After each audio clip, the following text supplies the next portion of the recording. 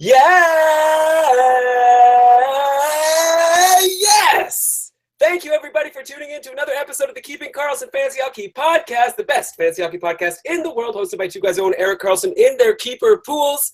Very excited for today's show. I'm your host, Eli Jabrowski, and with me, as always, Brian Calm. Brian, can you hear me? Yeah, whose internet is the problem right now? All right, okay, we might do that again then. Chat room, thanks for joining us. Help us out. Did I cut out there? Whose internet is blowing it? Is it Elon or Brian? That's you. Help us out. And Evan. Hey, guys. Yeah, let us know if you heard my full fun little intro or if I need to do it again. Please. You sound terrible. Me?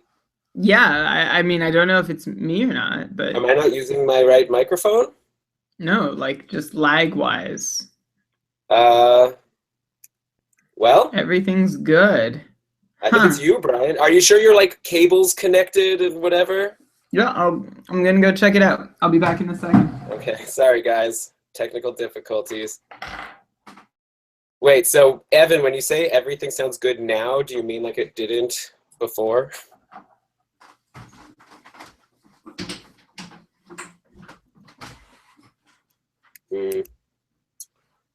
Well, Brian sounds fine. I didn't hear the intro. All right, well, Brian will come back. I'll do it again. I was thinking of humming a song as part of my yes.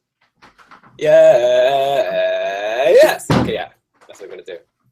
A little inside base. The important decisions made for Keeping Karlsson production. Oh, wait, I could not hear any of the intros. Maybe it was me. I don't know. Okay, I'm back. It's weird because, Elon, when we were chatting before the show, there was zero problem. Well, maybe it's using up more internet bandwidth to actually be broadcasting.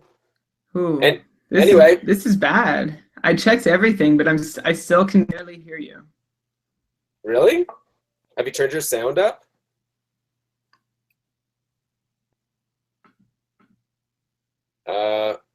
Hello? You can't hear me? Now I can. Talk for another minute? Here I am, everybody. Let's go. Record a podcast. Oh, man. Okay, let me just X out. Can I get X out and come back? I guess so. I just, I don't know what, this is weird. This is very weird. You seem fine on my side, so I don't know. Everyone in the chat, sorry about this. Does this sound all normal to you? Right, okay, go and come back. All right. Elon sounds different than usual. My voice is funny. All right, I'm going to leave. Okay, once Brian comes back, I'm going to leave and come back. All right, so Brian, you come back first. Someone wrote no. I won't leave until Brian's there so that it doesn't cancel the thing. Oh, man. If anyone's here in the chat room for the first time, this normally works. So why did Brian leave if he's saying that it's definitely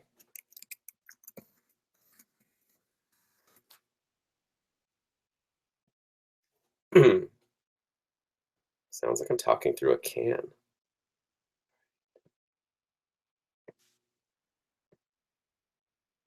Hello? Does that sound any better now? I'm talking into the microphone. Is my microphone connected well? Brian's gone. There's no bass. It's pure treble. Ooh, maybe there's a knob that I need to turn. How about now? There's some knobs on my microphone. I just turned a knob then. Was that a mistake? How is it now? There's a lag.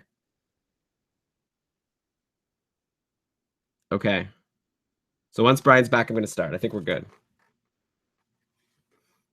My wife has been using my microphone. That's what I'm going to blame it on. She's making her own podcast. I've been teaching her how to edit. It's been a lot of fun. Where's Brian? Also, why can't Carolina score a goal? If Kincaid gets a shutout, I'm going to be so annoyed. I'm going to lose a matchup because my opponent's spot started Keith Kincaid. Please. What happened to Victor Rask's 1,000,000 game point streak? Brian, where the hell is this guy? Everything is bothering me.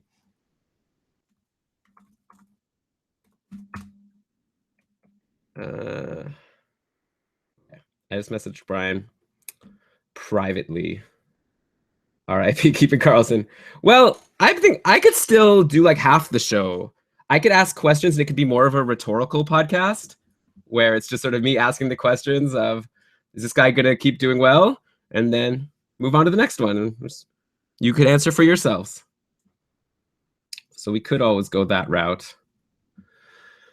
It's like Brian doesn't realize that when he does this, like I feel the pressure of having to fill time with people here giving up their Sunday nights to watch me ramble on. Maybe I could be like a sportscaster for you guys. So it's 3-0 New Jersey right now. Michael Camilleri with a hat trick.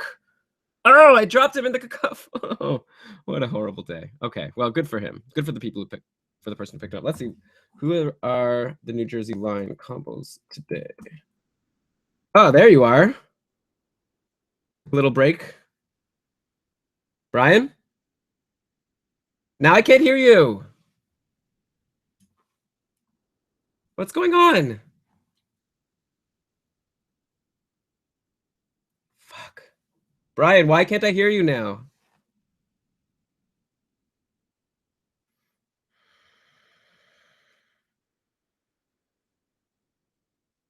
This is the most frustrating thing that's ever happened to me my whole life. Can you hear me, Brian?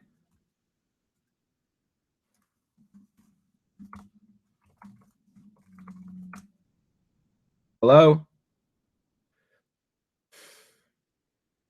Do you hear me? Yes, I do. What would happen there? Can you hear me? Now I can. Oh, thank goodness. What did you do there? I didn't even do anything. Nothing. It just came back? It just started working. Oh my God. All right. Let's start this show. How is the chat room? Okay, you guys, can you hear me and Brian both okay? Brian, say some things. Hey everyone, I'm sorry for the thank you. For everyone for your patience. How's that? That's enough bumbling for me. R.I.P. I'm really enjoying the chat while I was gone. Thanks everybody for keeping it lively. I was saying that it could become a rhetorical podcast where I just ask questions and no one answers. I would listen. Just make an episode with all my parts edited out. I think Brian, it would be pretty good. Don't worry about Brian's blurry cam. It's actually better for you, Julian. Trust me. Okay, let's start. Because of the sound, not because you'll be spared my appearance, of course. Of course. Okay. Some of us shaved for the show, Brian. Okay. You know that, by the way, like, I'll edit this out of the actual show, but this is going to be available in YouTube forever for people to watch. Oh, man. All right, let's do this. Ready? So be quiet. Yeah! Yes! Thank you, everybody, for tuning in to another episode of the Keeping Karlsson Fantasy Hockey Podcast, the best fantasy hockey podcast in the world, hosted by two guys own Eric Karlsson in their keeper pools. I'm your host, Elon Dubrowski, and with me, as always, the fantasy hockey robot, Brian Com. Hello, everybody. Hello, Elon. Thanks for bearing with us through some technical difficulties to start the show. If you're watching this on the YouTube feed, which is never as good as the edited show that Elon makes sound so much prettier. So forget that I mentioned the YouTube feed if you didn't know about it, and just enjoy the show. What an intro for the, 5% of people watching live versus everyone listening that have no idea what you're talking about. But yeah, you could join us live every week. We are live right now on YouTube. You can go to keepingkarlsson.com/live next week. But let's get on with the show, Brian. I'm so excited. We have so much to talk about this week. Before we get into it, of course, let's mention that we are presented by DobberHockey.com. It's the best fantasy hockey website out there. This is not hyperbole. I really feel this way. They've got everyday daily ramblings, just discussing all of the action from the night before and their thoughts. They've got this really cool article I don't think we've ever mentioned, looking ahead to next week. Every week they sort of talk about which teams are the best bets and which teams to steer clear from based on schedule. Next week, by the way, Brian, Boston plays 5 times. So it might be a good chance to get at least a lot of blocks from a Brandon Carlo if he's available. Sometimes the scorers slow down. Also, they've got the real-time line combos, starting goalies. What a great site! What a great site. I have mentioned that so many times, Elon, on the show before, which just reinforces the fact that you never listen to what I have to say. This is quite, all your comments so far, Brian, have been amazing. All right, DobberHockey.com, check it out. Let's get, here's another thing now that you can disparage me about, because Brian, we have a bet Before we get into our content, maybe I should just say, set the table here. Our plan for this episode, we want to talk about a lot of players on cold streaks that we've been asked about. Should I drop this guy? Should I drop this guy? It's time to really like dig into some of these guys. We'll also talk about some players doing well. We're going to start the show with cold streaks. Before we get into that, I want to talk about the bet we made, Brian. Every season we have one. Last year, I really messed up and thought that Nick Bjugstad would be better than Alex Barkov. That was dumb. The year before that, though, you really messed up because you told me that I shouldn't keep Joe Pavelski and I should keep Paul Stastny instead. But here we go. We finally have one in the books. A patron, Alexis, asked on our Facebook group, who do you prefer, Bobrovsky or Mason for wins, goals against average, save percentage, and shutout? I right away answered saying Bob for sure. And then Brian came in and said, I think Steve Mason. I said, Brian, you're crazy. Want to bet? He said, let's do it. Here we go. So far, Bobrovsky off to an amazing start on the year. He had that crazy 10-0 shutout of the Habs. Poor Montoya, by the way, didn't get pulled. Anyway, currently, Bobrovsky has a .947 save percentage. Meanwhile, Steve Mason has sat the last 4 games for Philadelphia, though I should mention Neuwirth had a stinker yesterday against those same Habs that Bobrovsky shut out. So maybe Mason will be getting another chance to improve on his .878 save percentage.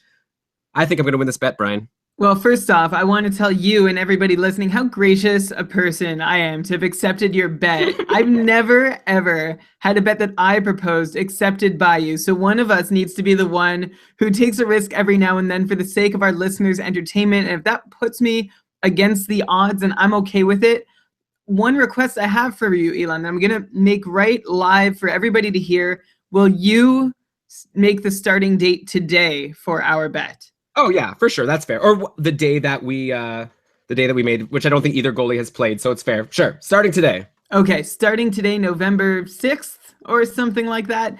We have Bobrovsky versus Mason. I think Mason without Neuwirth would be a slam dunk, but Neuwirth, of course, is in the picture and he just started 4 in a row. Elon, you said he just had a stinker. He's just had 4 2/3 of a stinker. Mm-hmm. He's had save percentages below 900 in all of those starts, which makes me think, 1, maybe Mason's injured right now. 2, maybe the Flyers are trying to showcase Neuwirth and doing a terrible job of it. Or 3, have for some reason anointed him the starter, even though he clearly is not handling the workload the same way he was last year. I still have faith in Mason. I just don't know that with Neuwirth battling him for time is the right situation to succeed for him. Meanwhile, though, I do know that Bobrovsky is not going to be insanely amazing in high danger save percentage and penalty kill save percentage all season long, and that Columbus isn't going to continue winning games all season long. I'll get more into those reasons, though, later on in the show when we're talking about some players on hot streaks. A lot of Columbus action this week. Okay, so we'll get to it later. Something fun to follow along with. So, Brian, how does it work? It's like there's 4 categories: wins, goals against average, save percentage, and shutouts. It's just whoever wins the most categories, and if it's 2-2, how do we break the tie? Then we both win. Can we both win? Sure. Okay. I'm going to win 4-0 anyway, so it doesn't matter. Let's start with our content. Let's go to these cold streaks. I don't want to call them snoozers yet. That's another Keeping Karlsson thing. The guys who you have on your roster that's time to drop. I don't want to call these guys snoozers because they're obviously stars and we're talking about them because we expected so much from them. But these are people who people drafted with high hopes and they've let everybody down. We're over 12 games into the season for most teams. So let's see if we should be waiting on these guys or if it's time to like drop them or at least sell them. Let's start in Florida with Alex Barkov. Aforementioned Alex Barkov, the winner of the bet for you last year.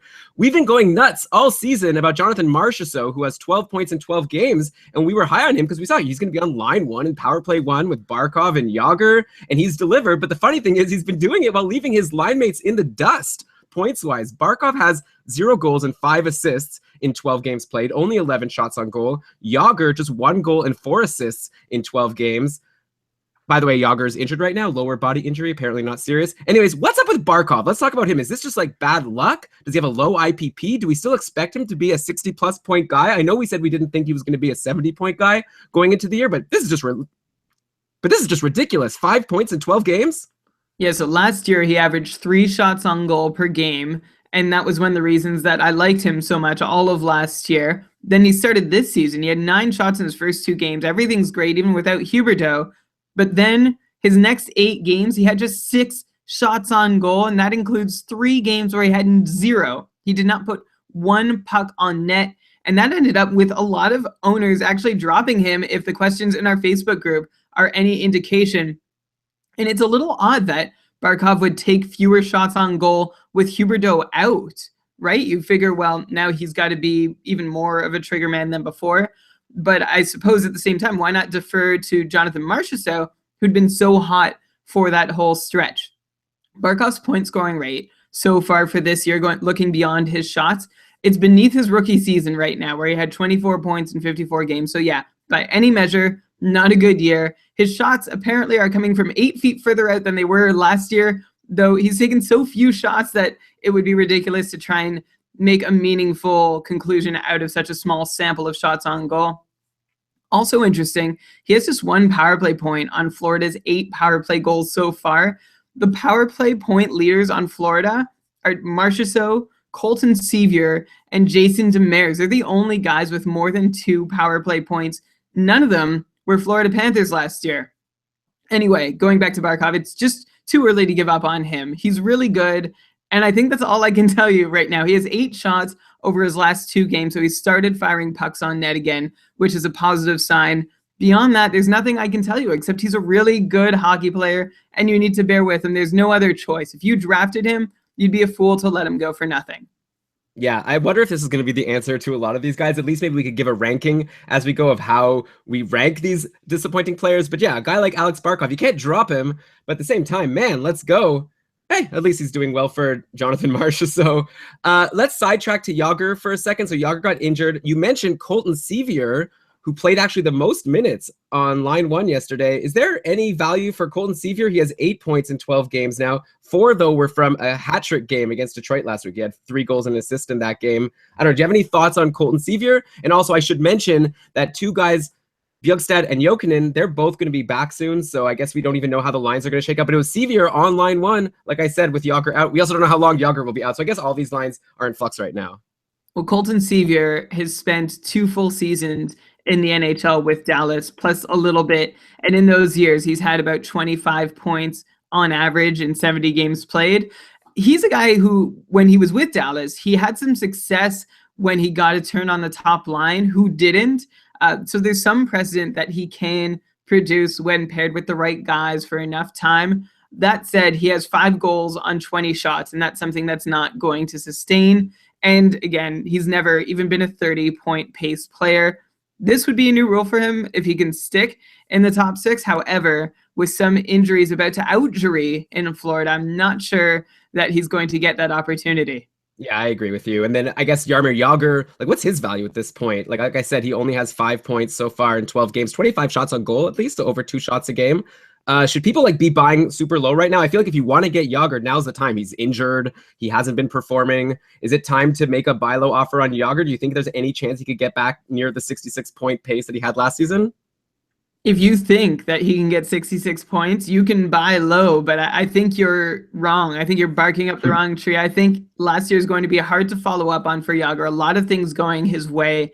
Remember, he had 47 points the previous year. And so I expect this year for him to land somewhere in the middle of those 2 numbers. He's another year older, and his shooting percentage was so high last year. I expect him to be 50, 55, and that would be a really positive season for him. I would not be disappointed at all if he doesn't break 55 points, although I think some of the people who drafted hoping for him to repeat those unsustainable percentages would be disappointed. Brian, I think we might have a potential episode title here, Barkoving Up the Wrong Tree. I don't know, it just came to me. I guess that's why you come up with the episode titles usually. I just want to share, actually. Let me take this opportunity. When we talked about Werenski, not that we came up with a great one at the end, but you had this bizarre dude, where's Ensky my car? Dude, Werenski my cars. It was some bizarre, you split Werenski into 3 parts and distributed it through the movie title of Dude, Where's My Car? Well, no, I was thinking more like Dude, Where Ends My Skis? Or something like that. Yes, that was actually it, which is, I don't think as good as the one I just made up. Yeah, you guys, you should know that Brian's the one who comes up with our great episode titles. Who knows what it'll be? Barkoving Up the Wrong Tree so far. Let us know in the chat room if you think that's... Okay, let's go to Tampa Bay. Talk about a couple of guys who've gotten so many questions about Andre Palat and Tyler Johnson. Okay, we've been talking about the Tampa Bay lines all season long. Tampa Bay lines all season long. we've been trying to decide whether or not you should grab Alex Killorn or Nemesnikov or Braden Point. And it seemed when we would look at these lines, like being with Johnson or Palat was a good thing, but like maybe that's not the case. Tyler Johnson now has 6 points in 12 games, which already isn't great. And then take into account the fact that 2 of those points came in his first 2 games, and then he had a 2-goal game against Boston recently. So aside from those 3 games, we have 1 goal and 1 assist in 9 games, so not a consistent performer at all. And then Andre Palat, like even worse, only 4 points in 12 games. He's pointless in 7 in a row now, and Palat's been playing on a line with like Kucherov and Stamkos. Like, there's no reason why Andre Palat, a former 60-plus point guy, should be having so few points. Both are former 60-plus point guys. Are they worth waiting on this year to get back on track? We have questions every day when there's a lot of players playing, like a busy night on the NHL schedule, and people want to know, who should I sit? Who should I start? We have that thread in the Facebook group for patrons every single time it happens. And everyone asks, should I start Palat tonight? And lists a few other guys who aren't as good as Palat, but who have produced more so far this year. And I know how bad Palat has been. And I'm always like, yes, just start him. Something good is going to happen. But then it never does. And so I don't know why Palat isn't scoring, but I'm still not believing that it's something that's going to last. He's not a guy who shoots a lot or does much of anything else, though. So if Palat is pointless, then he really is pointless for your fantasy team to have in your lineup. Like, at this point, it might be better to try and get peripherals from somebody who you know is going to contribute to something for your team. Palat's rate stats this year are so far reflecting last year's numbers more than the great year he had before that, which is a little bit unnerving, I suppose, but he's in such good situations that I still expect him to at least match last year's numbers. Johnson, similarly frustrating, only 17 shots in 12 games, and he's a guy who we really expect more than that from. Palat, 1 or 2 shots a game, not a big deal. That comes with the program. That's part of the program. But for Tyler Johnson, it is not. And he's particularly concerning. His rates are way, way down for shooting on... His rates are way, way down for shot attempts and shots on goal, even when you compare them just with last year's disappointing campaign. They're both really having a tough time at even strength, and an even tougher time seeing the puck go in while they're on the ice, which is to say their on-ice shooting percentages are too low to stay the way they are all year. But for 2 guys who really let down their fantasy owners last year, I can imagine how impatient people are starting to feel this time around, especially when paired with some poor numbers aside from those percentages. So 60 points, no longer a given for either one. I'd hope for 55 from both of them, and I think Palat's got a better shot at that than Johnson until Johnson starts figuring out how to get shots on goal again. Wow, yeah, so I'm taking it that you would rather Alex Barkov over either of those 2 guys? Absolutely. Alex Barkov for sure. Yeah, so it's disappointing what's going on in Tampa Bay. Hopefully you guys didn't draft them too high, but I think you might have. Remember back when we were debating, Matthew saying in the chat room, Dauber said drop Palat if there's someone better in your free agent pool. And also Julian said, ain't I glad I targeted Kuch out of the triplets. Like, remember when we used to debate who's the best of the triplets between Kucherov, Palat, and Johnson? Like, Kucherov, so amazing. The other 2 just disappointing us last year, now again this year. All right, I'm ready for the tweets, Brian. Bring it on, everybody. At Keeping Karlsson, let us know who you want to drop Palat or Johnson for. Let's move on, see if we have someone even worse here. I think we might. I want to go now to St. Louis, another pair of struggling teammates. And now they did play today, but like early in the year, we were lauding Stastny, Paul Stastny. I think it was on our first regular season episode. He had 6 points in his first 3 games playing with Tarasenko and I think Alex Steen. Since then, only 3 points in his last 9 games, and actually make that 10 after today, even though St. Louis won 5-1. Paul Stastny didn't get a point.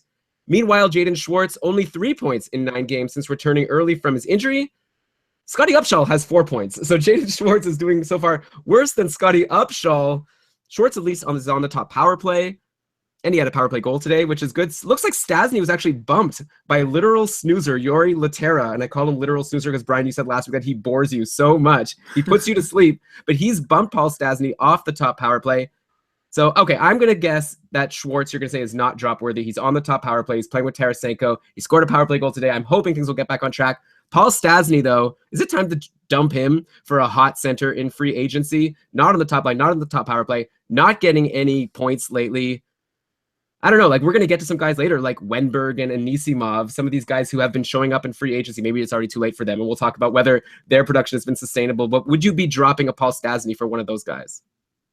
Out of all the guys we're going to talk about today, actually, there's a few guys coming up who I think are more snoozerish, but of the first batch that we're talking about, Stastny is probably the closest to it.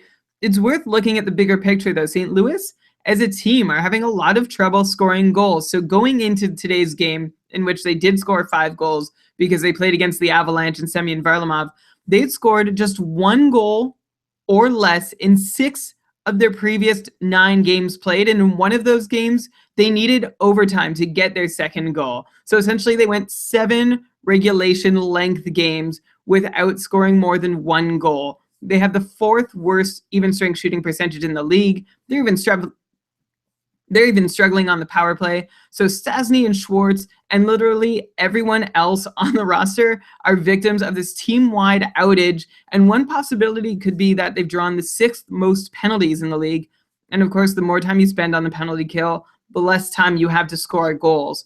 Another interesting thing is just the division in shot taking between the top and the bottom. Going into tonight's game, Tarasenko had more than 40, and I think the next closest guy might have been Perron, who had like 23. So it's really Tarasenko or nobody doing anything right now in St. Louis, although, of course, tonight's game was promising.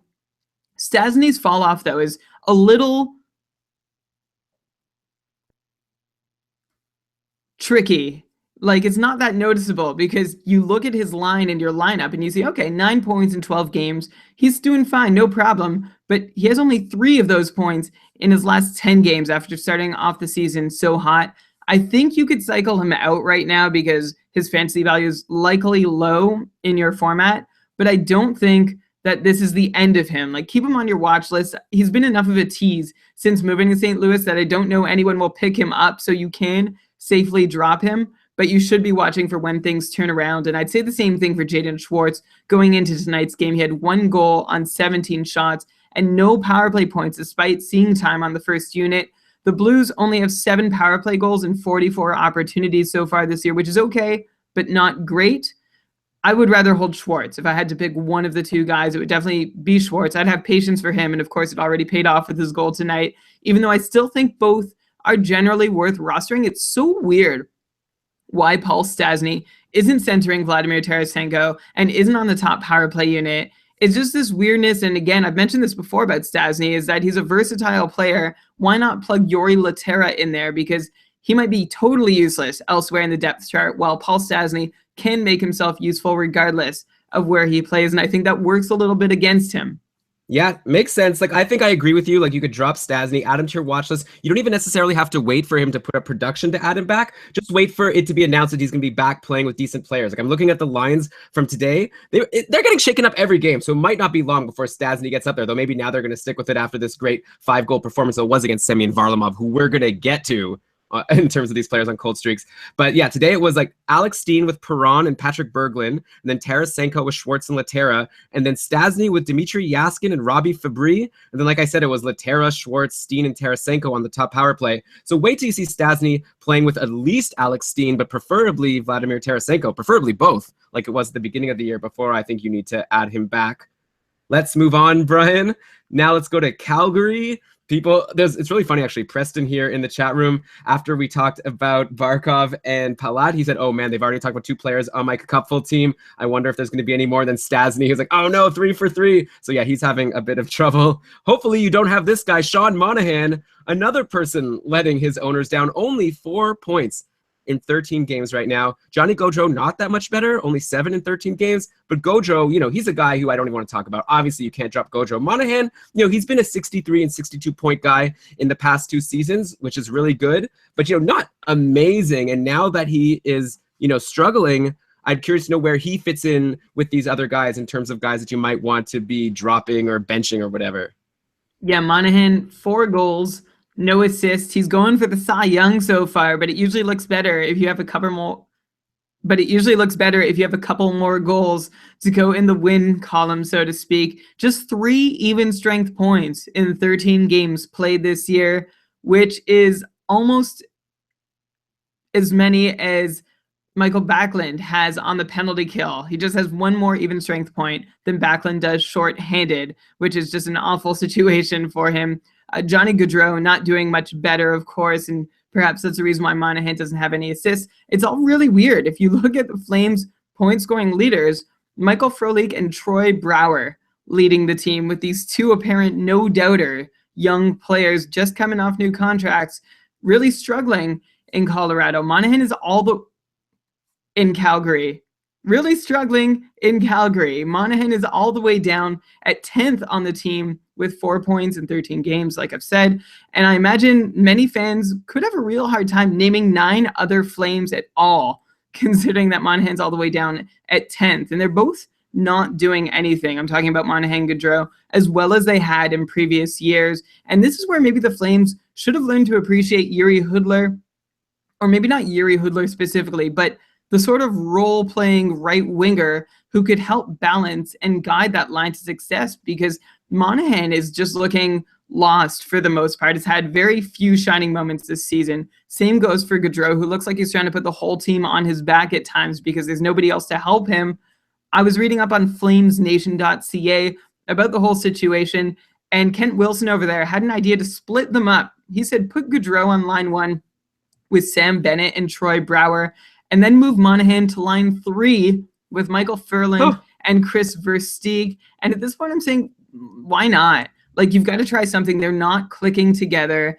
I don't know that right wing piece should be so important. Like, we've talked about this on the previous episode, Elon, while, Jiri Hudler was traded away. Michael Furlan came in and they did all right with him in a very small sample of games. But it looks like at the moment there's not the right mix for them to play together on that top line, and one of them needs to be able to find their game for, I think, the other one to be able to get themselves going full speed. Yeah, Brian, so who did you say was making this prediction for the Flames?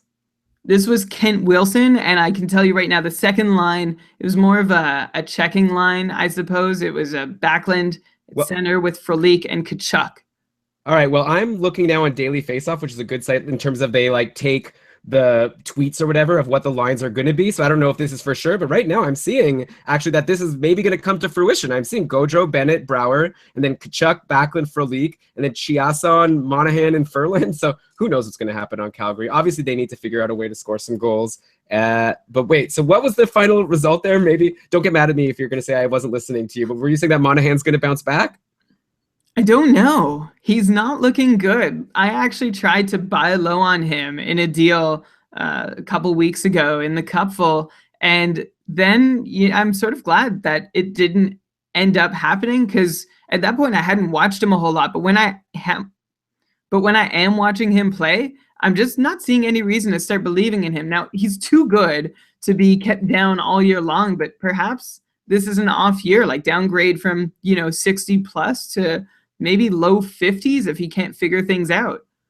Yeah, bummer. All these guys, I feel like we're having a grief session here in the chat room. Everyone's crying and using all these sad emojis about how they have all these players we're talking about. Hey, if you have these players, your team could only get better. Hopefully they'll bounce back. Some of these guys, Brian has said he thinks they're going to bounce back. I'm curious to see what you'll think about this guy. Let's go to defense on Boston. You all know who I'm about to talk about.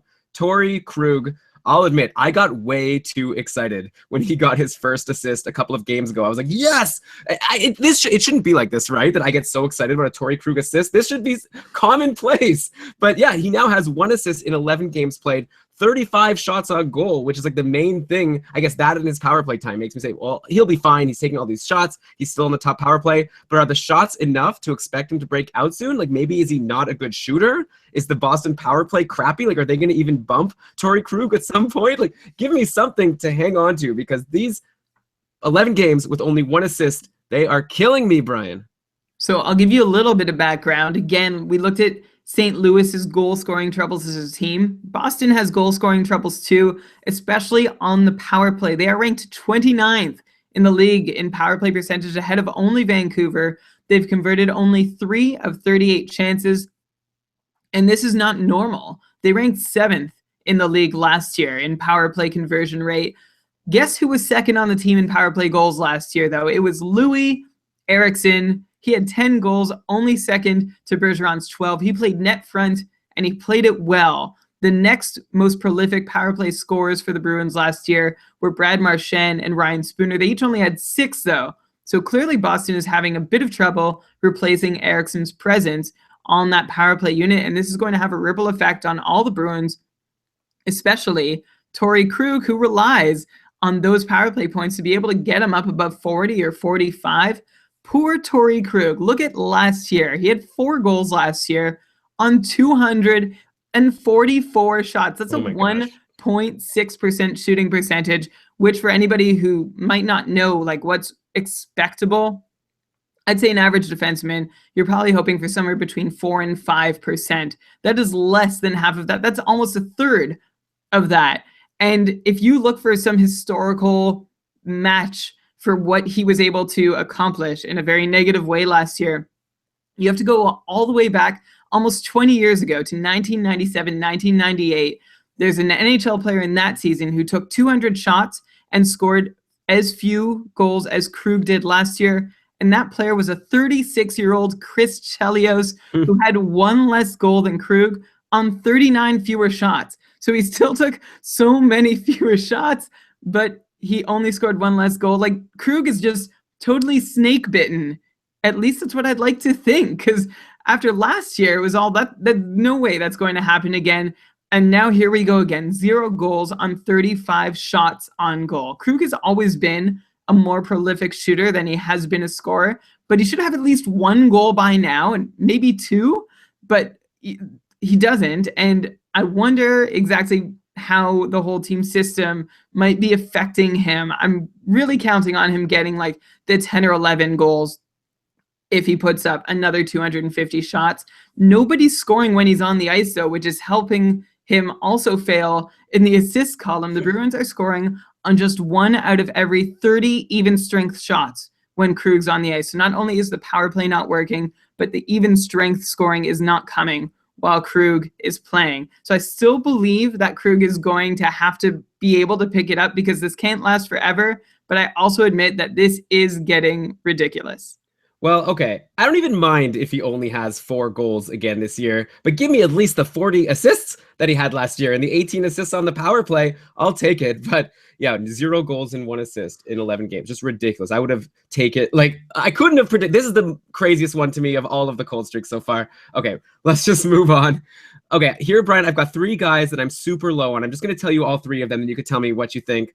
Leon Draisaitl, he had a goal yesterday, and that's his only goal in the last 8 games. And actually, I see he had an assist today, so maybe I have to reassess Leon Draisaitl, though he's not playing, you know, on such a great line. Like today, he was playing with Milan Lucic and Tyler Pitt. Like, very interesting, actually. Lucic off the line with McDavid and Eberle. It's been Patrick Maroon on that top line. Maybe I'll get into that. But yeah, Draisaitl has been very disappointing. Obviously, he's not playing with Taylor Hall. It is showing. Louis Eriksson, the aforementioned, you mentioned Louis Eriksson. He did so well last year on the power play for Boston. This year, only 4 assists so far, no goals in 12 games played. He's now pointless in 6. And then Andrew Ladd. We've talked about him every week, but let me just bring him up again. 1 assist in 12 games off the top line. I think all 3 of these guys, I think I dropped Ladd first off of these guys, but I think all of them are people that it's almost time. Like, do you like any of them better than Paul Stastny? Maybe Andrew Ladd, and if Andrew Ladd was a center, I'm not sure I'd say the same thing. Andrew Ladd is another guy who's 0 for 0 goals on 25 shots, and his lone point not only came on an assist, but the assist was on an empty net goal, which is so embarrassing. That reminds me of Ryan Getzlaf. Last year, he had 1 goal for the longest time, and it was an empty netter. Ladd has been on the ice for just 3 even strength goals all season long and 1 power play goal. Fewer shot attempts per 60 minutes than previous years, but still getting about as many pucks to the net. I wonder if that's something he can sustain. I really do think his luck should turn. It's just by how much is it reasonable to expect it to turn, because I don't think he's as good as his best years. I think those are behind him. I'm still hoping he can be like a 50-plus guy, and I'm wondering if we should almost be waiting for a coaching change at this point to see how that works, because nothing's working in Long Island right now. Like, we've thought, oh, Josh Bailey up on the top line. At one point, Matthew Barzal was going to get a look, and we were getting interested in him. Anthony Beauvillier also not doing anything with all the looks he's getting. And you had Jack Capuano take a shot at his GM this week by quoting the number of points that were removed from his lineup in the offseason due to attrition or trades, or I can't remember how they lost them all. but he and GM Karlsson No seem to be aligned on the whole Yarrow Halak issue. It's a very hard read in Long Island right now, but this blender can't go on forever. I think once it stops, I think Ladd is going to be able to do something. Leon Draisaitl, definite snoozer, and even with 2 points in 2 games, still a snoozer. I would win, Elon, all the bets that we ever made that revolved around Leon Draisaitl. The fact of the matter is, even before today, being with Lucic and Pitlick, he wasn't with good line mates already. He was with Puljujarvi and Maroon, and Draisaitl is not good enough yet to make a line happen all by himself, even if there's a very talented 18-year-old on it. He was also recently replaced on the top power play unit by Ryan Nugent-Hopkins, who is doing all right in that role. And then I'll move on to Louis Eriksson, who I think I'm going to call him a snoozer. It's going to happen. It's not his fault. 0 goals on 14 shots at even strength. He's only been on the ice for 2 goals scored at even strength. And I'm wondering if he was given enough of a shot with the CDs. I'm looking at his Roto World page, and the clip, like the little news item, says Louis Eriksson is not working out with the Sedin twins. And I was trying to figure out what that meant. Like, were they going to the gym together at the start of the season? But then it went on to say he has yet to work out with any line in Vancouver, which is true. Nothing's clicking. And if the Canucks couldn't make it work with Radim Verbata, who's doing just fine to start the year in Arizona, thank you very much, why would they figure out how to get the most out of Eriksson all of a sudden? He appears snake-bitten. So did Verbata all of last season, but the points never came. And of course, Eriksson's going to look snake-bitten when he's playing at even strength with Brandon Sutter and Marcus Granlund, and also seeing second power play unit time. I think Louis Eriksson is good. I think the Canucks are not. Well, what's wrong with working out on your own? Like, that's okay. Maybe Louis Eriksson doesn't like to have other workout partners. I heard that Jeff Probst for Survivor, apparently when he goes out on location, he's required to have his own gym made for him that he likes to work out by himself. That's something I heard. Anyway, okay, I got some things to say about it. I agree with pretty much everything you said. Avi in the chat room also kind of backing you, saying don't drop Ladd. He's not playing that poorly, just snake-bitten, 50 points with his peripherals, and as a left wing is decent. You know what, Avi? I would make a bet with you if you're up for it. I think Ladd is going to have under 50 points this year. But I guess we'll see. I'll even take you up on that, Elon. Could we go 50-point pace from today? No, I'm saying 50 points overall he's not going to hit. Okay. Sorry. I agreed to give you the pace for the goalie bets. That's enough. Maybe he could hit a 50-point pace. I actually don't think he will, but obviously. Anyway, okay. Let's move on. You mentioned how the New York Islanders have been shuffling around their lines. Did you know, Brian, that Cal Clutterbuck was the one on line 1 with Tavares and Josh Bailey yesterday versus Edmonton? And he had an assist. So how about that? And 4 shots on goal and 3 hits. The thing about Cal Clutterbuck is you might have him in your league already if your league counts hits. He actually has 42 hits in 12 games played this season. So if your league counts hits, I think that Cal Clutterbuck might be a really good short-term ad while he's on line 1. Like, don't expect it to last. But like for next week, I think if your league counts hits, I would grab him. And then we talked about Edmonton and how Draisaitl's not playing with McDavid. I guess he wasn't before. Pat Maroon is. He actually had 2 assists, 2 shots on goal, 3 hits yesterday. He's also a guy that's good for hits. So 2 guys, Maroon and Clutterbuck. If your league counts hits, they're both currently on their team's line 1 playing with amazing players. So guys to watch. I don't know. We have to give some sunshine when we're talking about all these disappointing players. Yeah, and I'll throw in a little more. I mentioned Radim Verbata. I know we're talking about hot streaks later in the show, but I'm not sure he totally qualifies. He does have 7 points in 11 games so far this year. It took him 17 games to get his 7th point in Vancouver last year, and even then, I don't even know if that's the pace he maintained all season. I didn't do the math. So things are looking good for Radim Verbata, who is not a bad hockey player. It's just that the Canucks were a bad team. Yeah, and not that the Arizona is such an amazing team, and now Martin Hanzal's injured, so that's another less player for Verbata to play with, though obviously we expected that Martin Hanzal was going to get injured at some point. But yeah, Verbata's been a nice surprise so far. I think we called it, Brian. We said when we were looking at the rankings, we said he's a guy that maybe you could draft really, really late, and he could give you some good results. Brian, here we go. I've been excited to get to this all night. I want to talk about our new sponsor for Keeping Karlsson, Draft. We have a sponsor. We didn't even tell the patrons about this. We wanted to surprise you. We know you love playing fantasy hockey. That's why you listen to this podcast. So we know you'll love playing fantasy on Draft. Draft is a simple daily fantasy app where you can do snake drafts just like the ones you do at the beginning of your season-long league. You can do drafts whenever you want. They last for just 1 day, and they take only a few minutes to complete.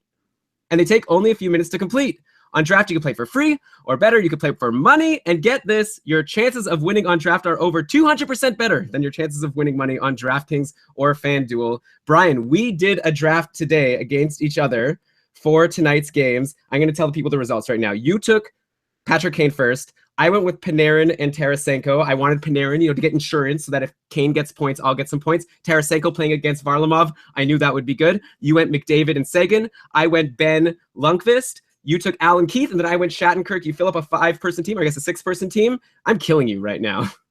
Well, actually, you're not killing me. I am in the lead as we speak, except if Henrik Lundqvist gets the win against Winnipeg, my chances are pretty much finished. Kevin Shattenkirk carried your team tonight so far, 11 points. The scoring system is actually very basic too. It's a really fun way, like you can snake draft in the middle of the season for a daily or weekly competition. I've actually been playing around with it all week and have really enjoyed it. I just the free version for me so far. But we encourage you to join us when you download Draft. If you enter the promo code Karlsson, Karlsson,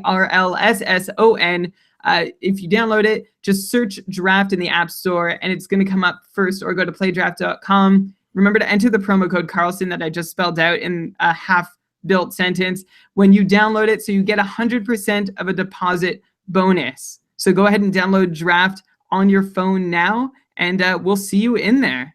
Yeah, we might create a couple in the patron Facebook group. We could draft against each other. It's fun. It's good. Check it out. And hey, 100% deposit bonus. Deposit $100.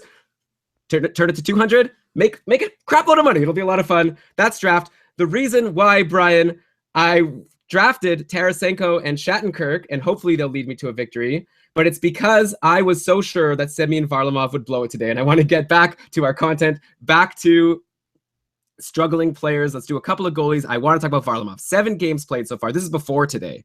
.891 save percentage, only 2 wins.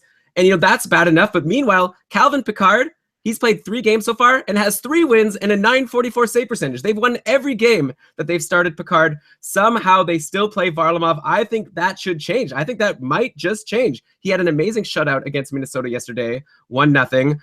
Varley played again today against St. Louis. He got killed. When does Pickard get a chance? Probably soon. I think it's coming. Varlamov has just been really crummy, and this isn't a new thing either. First off, I mentioned before, he has a really low high danger save percentage so far this year, and I expect him to recover.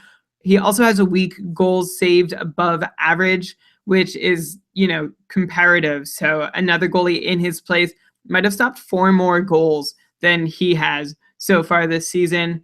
And one thing that is the carryover from last year, just 3 out of 7 of his starts. Actually, now 3 out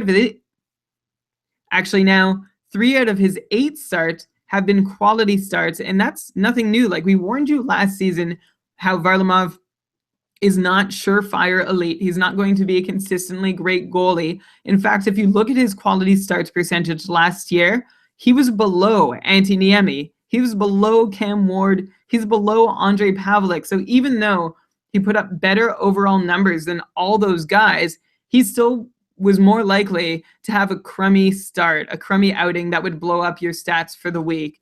And that's the side of Varlamov that we're seeing more of so far this year. I think Pickard should get more of a look now that he is playing very well and Varlamov can't seem to recover and find his footing. I think Varlamov can be a better goalie. It's just a matter of how much slack he has left, especially with Pickard playing so well. Yeah, that's another bet I would make. Pickard higher save percentage than Varlamov. But I don't know if he'll get the games played to make him worth an ad, but I think he should. And you know what? Speaking of St. Louis, we're talking about how St. Louis... Wait, were we? St. Louis. Yeah. Beat Colorado today. I wanted to also talk about Jake Allen, who hasn't been much better. He had a good game today. It was against a struggling Colorado Avalanche. Aside from that, going into today's game, only 9 games played. Only an .898 save percentage in his 9 games played, 4 wins. Meanwhile, again, another capable backup. And Brian, you called this in the preseason. I remember you said, watch out for Carter Hutton. He has a .926 save percentage in 4 games. He got the win yesterday against Columbus, 2-1. That's a Columbus team that was able to put 10 goals on Montoya, but somehow could only score 1 against Carter Hutton and the St. Louis Blues. Do you I guess kind of same question as Varlamov Pickard. Is there a chance that Hutton could steal starts from Jake Allen? I think there's less of a chance in St. Louis. I don't know that Hutton is a better goalie than Jake Allen. And especially, I don't know that he's a more consistent goalie than Jake Allen. Not to say Jake Allen is any measure of consistency, just 4 of his 9 starts, although with tonight's start, he's now up to a 50% quality He's now up to a 50% quality start percentage, and last year he was almost at 60% on the season over his 47 starts, and he put up a .920 save percentage, which was very good. But his MRCAD, his goals saved above average, his adjusted goal saved above average did not make him look like any fantastic goalie. So yeah, I'm still a little curious about where he ends up. He doesn't have great numbers so far. And interestingly enough, he's a little down in high danger save percentage, but he's pretty much even everywhere else. And he's actually up in shorthanded save percentage. So there's no real spot where he's really suffering a lot compared to last year, which is a funny little item to figure out why his numbers are lower this year than they were last year. Yeah, so I guess obviously it's still early in the season. A lot of people probably are more disappointed in Allen than Varlamov, because hopefully you didn't draft Varlamov too high. If you did, like, why? Allen, obviously we really expected to be valuable now that Elliott was out of town. So far letting his owners down. Good game today. Hopefully he could get something going. Yeah, I agree with you. I'd rather have Picard than Hutton if we're ranking the backups. But yeah, 2 disappointing goalies. Maybe we're giving them, the anti-jinx right now, and they'll start being good now that we've name-checked them on the show. Okay, Brian, this has been too depressing. Let's get to players on hot streaks. We've tried our best to help you guys feel a little better, or for some of them, I guess it's kind of like your SOL with some of these guys on cold streaks. But let's turn it around. Let's talk about some guys who have been great, maybe not for your team, because a lot of these guys are available in free agency or were up until recently. Let's stick in Columbus. I guess we talked about already a couple of guys. We've been loving #Team Werenski all season, but after that 10-0 blowout against Poor Montoya and the Habs, we have 2 more Blue Jackets putting up a point per game pace. We've got Alex Wenberg, who now has, in 10 games, 1 goal, 11 assists for 12 points, 14 shots on goal, 8 special teams points. Of course, 4 of those assists were against Montreal, but still, that leaves 1 goal and 7 assists in 9 games played. Not in that great game, not too shabby at all. So I'd love to ask you if his production is sustainable or fleeting. Brian, he's been playing with Sad and Foligno in line 1 and also on the top power play. And speaking of Nick Foligno, he's also now got 12 points in 10 games. Again, we could even take out that game against Montreal, and that still leaves him with 9 points in 9 games. Last season, only 37 points. 2 seasons ago, 73 points. Now we're above a point per game. Are we seeing the 2014-15 Foligno resurface? Or, is this just a mirage, and really last year was more the real Nick Foligno? So Wenberg and Foligno, give us your take on these awesome Columbus producers so far. Okay, so I alluded earlier that Bobrovsky is really benefiting off of Columbus's success, but it might not be sustainable. Here's why. They have an insane power play right now. 11 goals on 28 opportunities for a 39% success rate. Far and away the best in the league. If you're not familiar, usually it takes like a 20 or 22% to lead the league over the full season. So 39% is just insane. They built on a crazy 27% shooting success rate while they've had the man advantage. So that's an area for concern, that they're scoring way more power play goals than they'll be able to sustain, which is great for now. But what does it mean for later? Let's start with Alex Wenberg, who, remember, he came up with Marco Dano, Elon, and we were really interested in both of them when we talked about which guy is the more interesting pickup for the end of that season. Mm-hmm. And then we kind of forgot about him, knew he was there, but turned our attention to Dano as the guy who was going to break out first. But look at that. It's Alex Wenberg. And I've been into him this last couple weeks because his even strength personal and on-ice shooting percentages, they look so sustainable. And he had a point per game pace through that whole, first few weeks of the season. And I'm checking his percentages and I'm like, oh, this is all looking pretty good. And then I took a look at what he had actually accomplished at even strength. Just 2 even strength points so far, and they've both been secondary assists, which could either mean he's given some okay setups that turned into a goal or just dumb luck. So all his sustainable percentages at even strength makes sense for 2 points in 12 games. It's not as exciting as you might think, because of all the points he's scoring on the power play. If you look at the power play, it's been his bread and butter.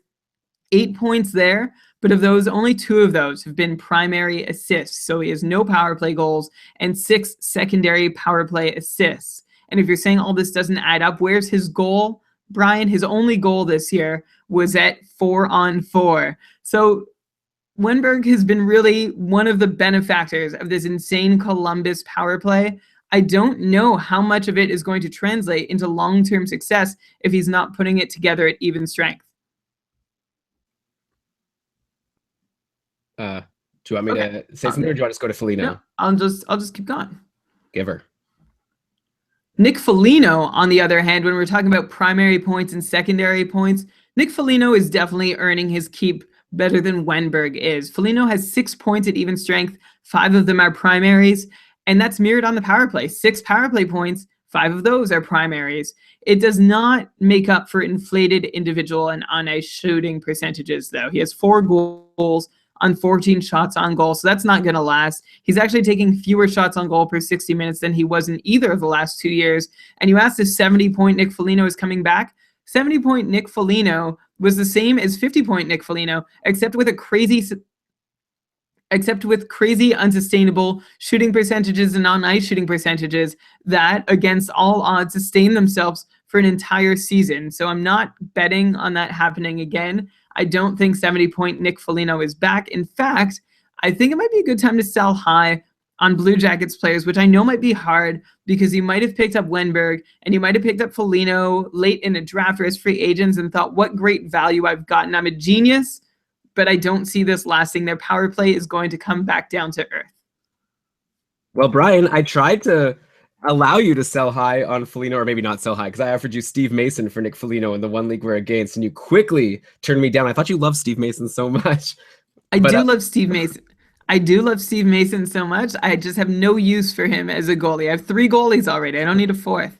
That's fair. Okay, well, good news if you drafted these Columbus guys, and obviously if you could turn them around. Like, Brian, do you try to turn these guys around for one of the cold streak guys we talked about, like an Alex Barkov, or who do we have, like Jaden Schwartz or Palat or Johnson? That would be crazy. If you could trade Wenberg or Foligno for any of those guys, I would say even including Sean Monahan, I think it would be worth your while. Maybe I'm putting myself a little bit out there, but everything I'm seeing suggests that Columbus is doing way better than they should be doing. Okay, well, there you go. You heard it here first. Probably they're not going to be able to keep up over a point per game pace. There's going to be a drought at some point. It's been really fun while it's lasting, and hopefully, though, you agree that hashtag Timo Renski, he's going to keep it going, right? Yes, but also expect a dip for him in power play points as well, which I'm actually really hopeful for because I have him in no leagues. And there were 2 specifically where I went to pick him up just like an hour too late than I should have. And the league leaders ended up being the teams to grab him. So I can't wait for this Columbus slowdown. Maybe that's tinging my opinion. You know, Brian, you know how much it breaks my heart when you do this. You know that we're in a league together and we have Zach Werenski in that league, but you always forget about our joint team. It's basically my team that you just paid half the entry fee for, and once in a while I ask you for advice of what we should do. Yeah, pretty much. Ugh. Our team's doing good, okay? And Zach Werenski's a big part of it. Whatever, I'll just do it myself. Let's go on. So moving from Columbus, here's a team that's definitely known for scoring more goals. On to Chicago. So, okay, Artemi Panarin and Patrick Kane are amazing. Kane has 15 points in 12 games and actually another goal today versus Dallas already. Panarin has 13 points in 12 games. But surprisingly, Artem Anisimov is right there with them with 15 points himself, 7 goals and 8 assists. We wrote off his hot streak earlier in the season since last year he had these great line mates and only managed 42 points. Maybe were we too hasty? Like, does he have more upside than those 42 points from last season? Because he just keeps on rolling. And actually, he hasn't even been on a line with Kane and Panarin. It's been Anisimov with Hossa and Panarin, and then Kane's been with Panic and Taves. So Chicago's been shaking things up, and I guess they've been scoring a lot of goals lately. But yeah, what do you think about Artem Anisimov? If he's still available, do you go and grab him, maybe above those Columbus guys? So you just asked me if we were too hasty to write off Artem Anisimov, career-high 44-point player over 7 NHL seasons.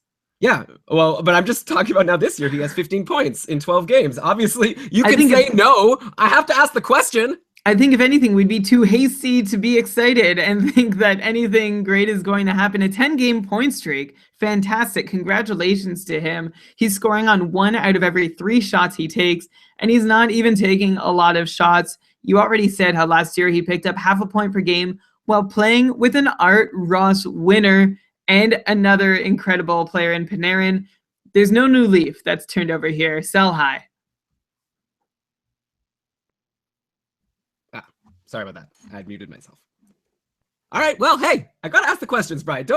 Don't shit on me. I'm doing my best here. Whoa, language. Oh, sorry. Don't poop on me. Oh, not even any better. Should I just retake it? Look, Brian, like I said, I'm just doing my job. You're here to give the sane advice. I ask the crazy questions. Speaking, though, of Chicago Blackhawks doing amazingly well, I wanted to also bring up Marian Hossa. He's got 5 goals and 4 assists in 11 games played. Is 65-point Hossa back? Or is this a mirage, and is it time to sell high on him just like the Columbus guys? It's a mirage, not a huge mirage. I know a lot of people had written him off entirely and thought 40 or 45 points. I still think he's good for 50 to 55. 8 of his 9 points so far have come on the power play, which is nice. He's involved. He's getting that time. But, of course, I want to see more success at even strength, which he hasn't found. Just 1 point at even strength this year. 5 of his goals have come on 29 shots. That's a pretty high shooting percentage. His even strength on ice shooting percentage is about where it should be, which isn't great news for him if he's only managed a single point with a reasonable, manageable on ice shooting percentage so far. So, yeah, try and sell high. If you can convince somebody that 60, 65 point Hossa's back, great.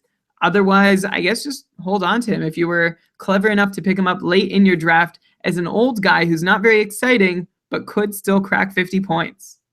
Yeah, well, playing with Panarin, not that bad. I mean, yeah, I like him, but I agree with you. Like 65 plus would be a bit insane. Okay, Brian, I want to now go to the Rangers. So many questions about these players. So here it is for all the people who've been asking us on Twitter and on the Facebook group. I'm going to ask Brian for you right now. The top 2 scorers on the New York Rangers are JT Miller with 4 goals and 8 assists for 12 points in 12 games played, and Kevin Hayes with 5 goals and 6 assists for 11 points in 12 games played, and actually another goal for Hayes and another goal for Miller today against Winnipeg. So both of them keep on rolling. Then we have 3 guys tied at 10 points, Grabner, Stepan, and Vesey. So also a couple of names, maybe not Stepan, but a couple of other names that we wouldn't have expected there. You know, you would have thought it would have been like Zuccarello and Nash and Kreider, though Kreider's been injured, to be fair, Zibanejad. But okay, these guys, JT Miller and Kevin Hayes, they're on the 3rd line along with Michael Grabner. And they're not even getting power play time. So I just need to ask, but they're doing so well and it keeps coming. And also I remember last year, JT Miller had that really good run. Is any of this production sustainable? Has there ever been, Brian, I'm actually curious, has there ever been a 3rd line player with no power play time that's been a valuable fantasy asset? Because people keep asking, should I add these guys? And my default is just you can't take a guy on the 3rd line. Maybe you don't want to call it the 3rd line. I guess they're getting more minutes maybe than the 1st or 2nd line. I'm just looking at the names. It seems like the 3rd line. But generally, I don't like to advise picking up a guy on the 3rd line who's not getting any power play time. But Miller and Hayes putting together amazing seasons so far. What do you think about these guys? Are either of them worth picking up? I think a lot of people already have. People are very excited in the chat room that we're bringing these guys up. We talked about all of those snoozers and guys on cold streaks above. Is it time to drop one of them for JT Miller or Kevin Hayes? This is a tough one for me to be a wet blanket for, but I'm going to go ahead and do it. The Rangers, let's give them credit for what they've done. They have 50 goals over their first 12 games. They lead the NHL in goals for, and they are destroying the NHL in goals for per game played. They are averaging just over 4 goals per game, or 4 1/5 of a goals per game.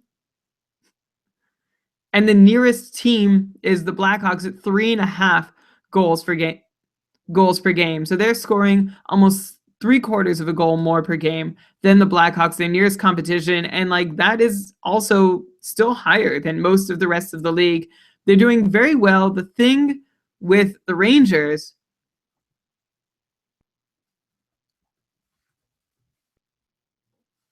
I'm locating something in my notes. Okay. So the thing with the Rangers, is that while scoring all these goals, going into tonight's game, they had 5 or more goals in 5 of their last 6 games. That's crazy. But the crazier thing is that at even strength, they're averaging fewer shots on goal per game than 25 other teams over that same span. So that's the real concern right now for the Rangers, is that they're scoring a lot, but it doesn't appear as though they're shooting a whole lot. So eventually they're going to stop having as many of their shots go in. So eventually you're going to expect fewer of their shots to go in. So eventually you're going to have to expect fewer of their shots to go in, or they need to figure a way out to really up their shot count. If you look at what they're doing, like relative to that, I mean, it makes sense that they lead the league in team shooting percentage, and that's not a positive unless, of course, they found some magical goal-scoring key that every player on the team, including Miller, Hayes, and Grabner, have learned and mastered within the first 12 games of the year. And because of this, I think it's best to stick with the shooters on the team, because when the percentages dry up, the guys who are not taking shots are the ones who are going to be hit the hardest. And that puts Grabner and Miller in a better spot than Hayes if you look at their shots on goal per 60 minutes rates. Although I'm really not expecting huge things from either of these three over the full season. Grabner has done this for years now. Ever since being a rookie, he's super exciting. And even in the last few years, he has a big run. Everyone thinks he's back. And then he either gets injured or just tails off and plays like he's injured. JT Miller interests me, but not enough for me to want to make a play yet, because I think he is just still benefiting from huge percentages that aren't sustainable. I kind of see him as like a Troy Brouwer type from previous years, a third liner who doesn't see a lot of power play time, but still can put up a half point per game pace if you need somebody in a depth role. Yeah, so if these guys are available to you in free agency, I guess JT Miller, you're saying, is the one you'd like the most, so you don't expect it to continue. Keep in mind, next week, the Rangers play on Tuesday against Vancouver, and then not again until Saturday. They do play 2 times on the weekend against Calgary and Edmonton. 2 opportunities, I guess, to score some goals.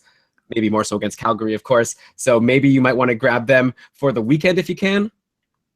Yeah, I think that's a decent idea. It's just, again, Miller's the best guy for me. 4 goals on 28 shots. It's a 14% shooting percentage, which is like within reason on the high end still, but still within reason. And when you sort by points, you get those guys that you were saying, Elon, Miller, Hayes, Grabner, VC. But when you sort by shots, you get the guys you'd expect. You get Rick Nash, Zibanejad, Kreider, Zuccarello, Stepan. And those are the guys who are going to be the ones carrying the Rangers through the season. This is just a little blip for the rest of the team. Right. And by the way, I will say a lot of people also asked about dropping Patrick Stepan. He had obviously that big slump at the beginning of the year, like he always seems to do. But, now already, I'm happy that, Brian, you were saying no to people to hold on to Stepan because, yeah, he had a goal and 2 assists yesterday. He's up to like a goal and 4 assists in his last 3 games. So he's on a run now. I think Stepan, we're starting to see, he's like a streaky player. He's going to go on cold streaks, then he's going to go on hot streaks. No points so far tonight for whatever it's worth. But I assume you'd want Stepan more than these other guys on the Rangers that we've been talking about. For sure. He's taken a lot of flack from police this year. And even so, he's doing better than you'd think based on the amount of people who've been asking us, should I drop him? He has 10 points in 12 games. Things that they're fairly well spread out. So I think the issue with Stepan might be that he's hit the score sheet this year as often as he's missed the score sheet. But overall, he's doing all right. I prefer him to JT Miller, who's the best of that group of 3. Okay, and thank you to Julian in the chat room. I think I said Patrick Stepan. I meant Derek Stepan. Patrick Stepan, wasn't he like a former first overall pick? I think so, right? Patrick Stepan, first overall pick of the Thrashers, best known for scoring on himself. Okay. Well, it's an hour into a live podcast here, so hopefully you guys will cut me some slack. Okay, another guy who's made a ton of noise recently in free agency and has been added in a lot of leagues is Marcus Johansson, the Washington Capitals' leading scorer with 11 points in 11 games played. He's tied with Alex Ovechkin, obviously in a great situation, like as always, playing in the top 6, and more importantly, on that amazing top power play, which has finally started to heat up. No points in his last 2 games, though, so it looks like he's slowing down. His career high is 47 points. Is there any reason to expect him to beat that, or do you think that's kind of what we're going to see from Marcus Johansson again this year?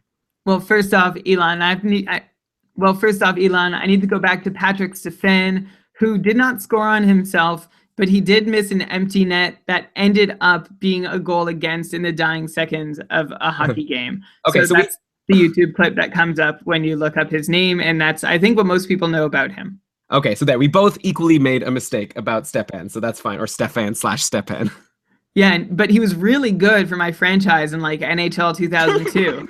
Marcus Johansson, he also has inflated shooting percentages, but the difference with him is I really do love his situation. You were detailing it. For as long as it lasts, he and Andre Burakovsky have been in this horse race for depth chart positioning over the last 2 or 3 years, and right now Johansson's ahead.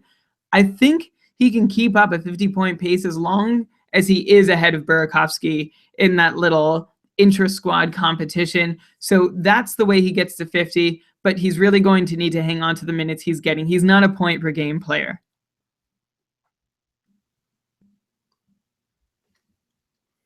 Okay, yeah, I agree. I think like his career high is 47 points. I think, yeah, grab him for a hot streak if you can, though maybe it's already slowing down. But I think 47 points seems about good for this year. Maybe he now has a bit of a head start, so maybe he could hit 50 just because he's already got 11 in 11 games.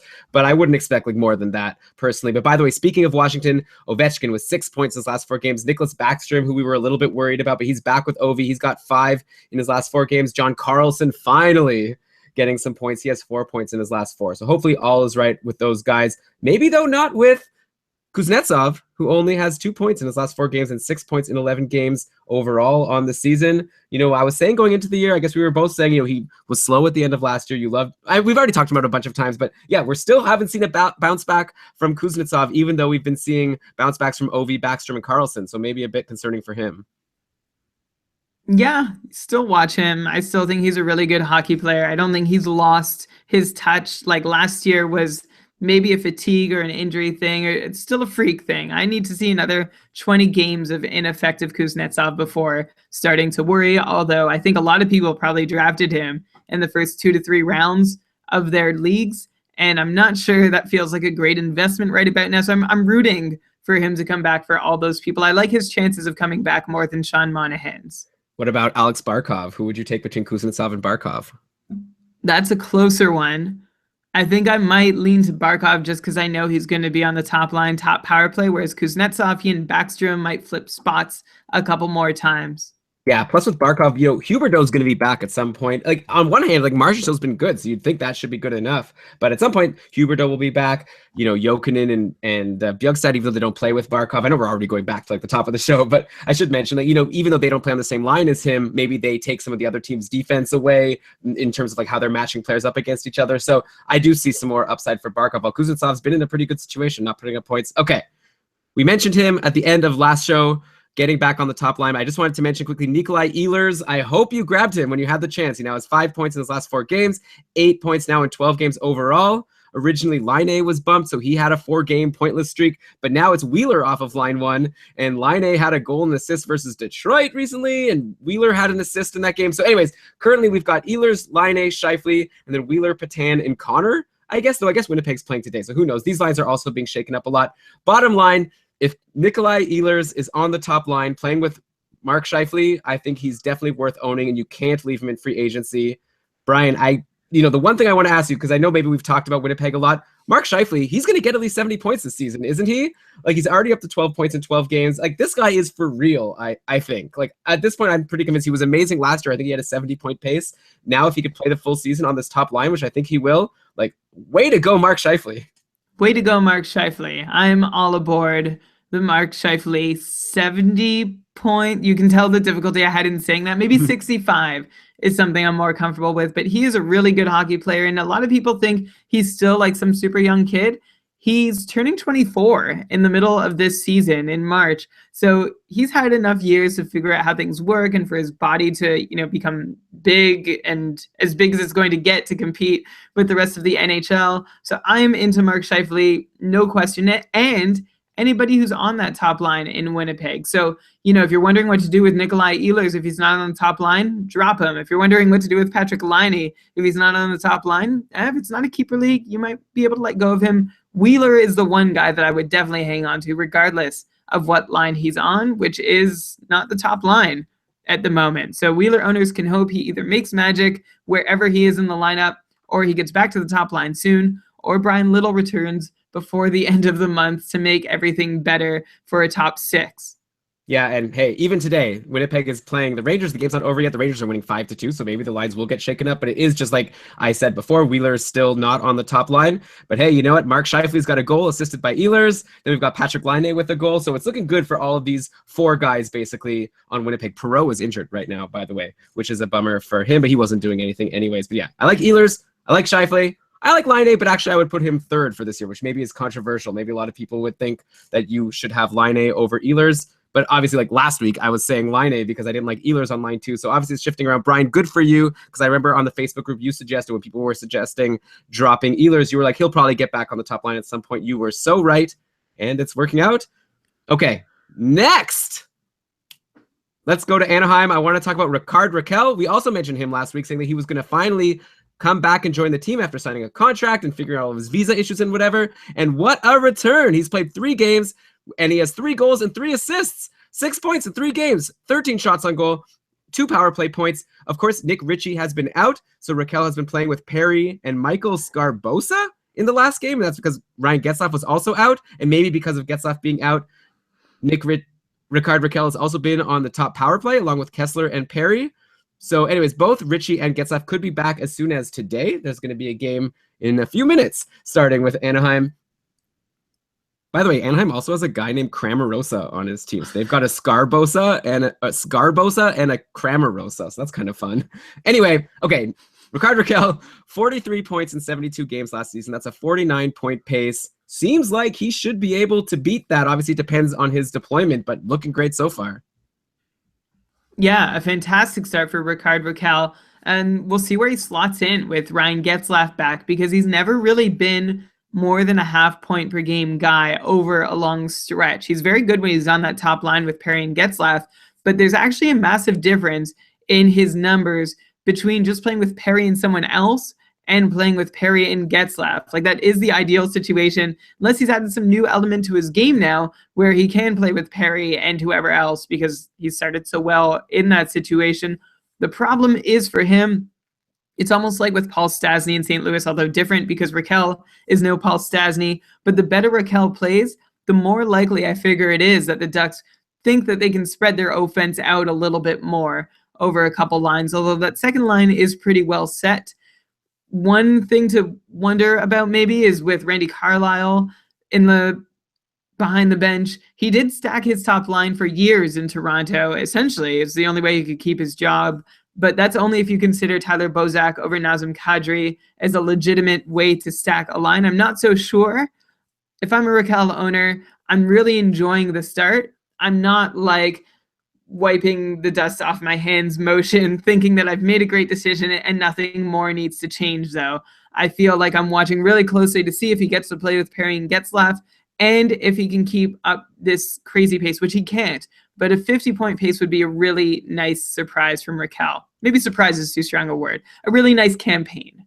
Yeah, I think that 50 points is right now where the money line is. Like, if you were going to do an over-under, I think you'd be putting it at 50, and half the people would be saying over and half would be saying under. I think that's a reasonable expectation. And by the way, Brian, you're being hard on Tyler Bozak. He has 9 points in 12 games this season so far. So he's putting together a nice year. In his last game, actually, against Vancouver, he had 2 goals and an assist the game before. So a nice little run for Bozak for people looking for, I guess some value in free agency. Obviously, I don't expect this to last. I'm being somewhat tongue-in-cheek. Brian, okay, next, I want to go to New Jersey. I also want to revisit something from last week there. We talked about Damon Severson and how he was doing so well.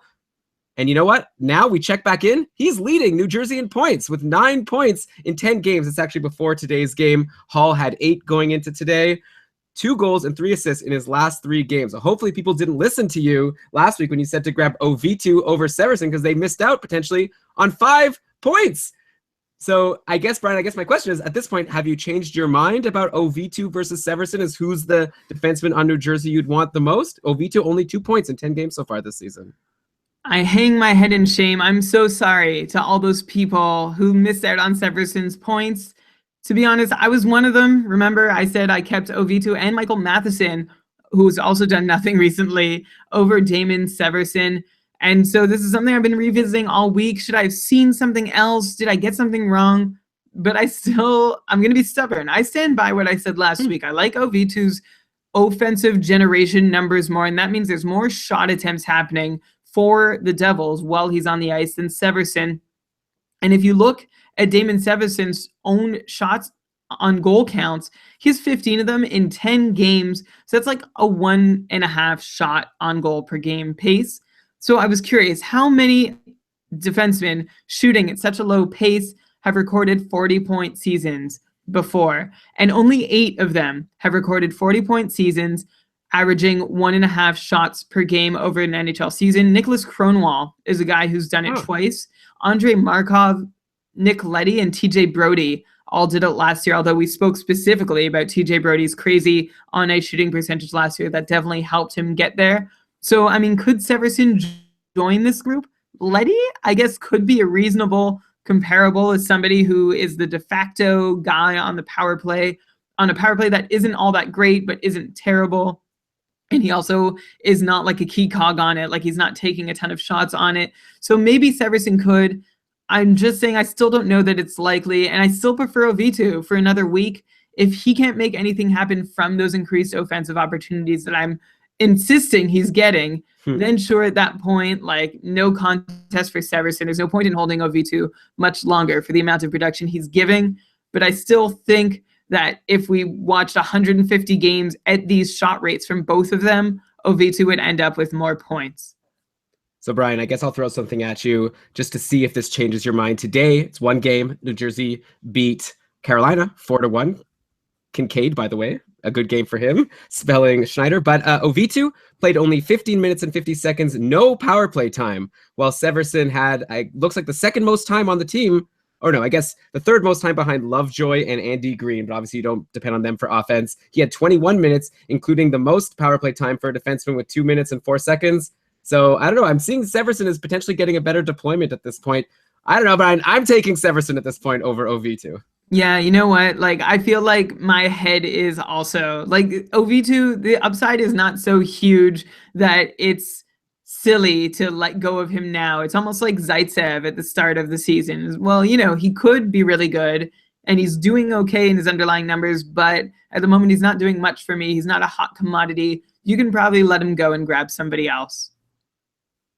And you keep crapping on these Toronto players. You said Bozak before. Zaitsev's not doing so badly. He's got 6 points in 12 games. Hey, Bozak was really good with that top line, just not possession-wise. They were a disaster at keeping control of the shot attempts battle. And Zaitsev, yeah, still good, still good. I don't mean to I've been pumping up Toronto players' tires all summer. I've been more excited about the Leafs than I ever have been in my life. Okay, yeah. So we just have to even it out. I don't know. It just sounds like you hate the Leafs from just how you randomly bring them up when you want to bring up an example of someone bad. I was just trying to think, not of somebody bad, but of somebody with upside on defense, an unknown entity who you might not be wanting to wait around for that long. Maybe Provorov is another example. No! A non-Leafs example. How about that? 1 sec. I think no. I think it's another bad example because Provorov has 6 points. Okay, 6 points in 13 games. So I guess one a little bit worse, but still not bad, like a 40-point pace. Anyway, Ovitu is the worst of all of them. That's the bottom line. He is. There's no denying that Ovitu is the worst, and you can let him go because nobody else is going to want him in all likelihood. Yeah, unless they listen to this show and they're big Brian fans. But no, but I just said, let him go. Okay, let him go.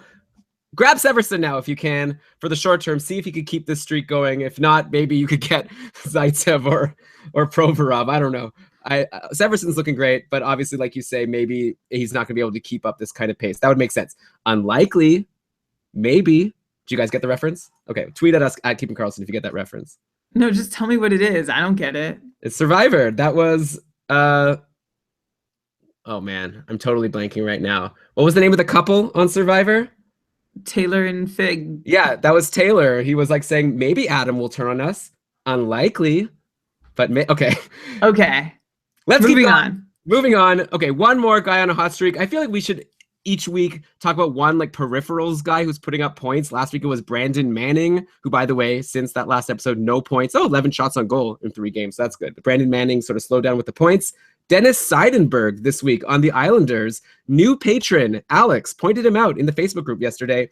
8 points in 12 games played so far on the year. 2 goals, 4 assists in the last 4 games.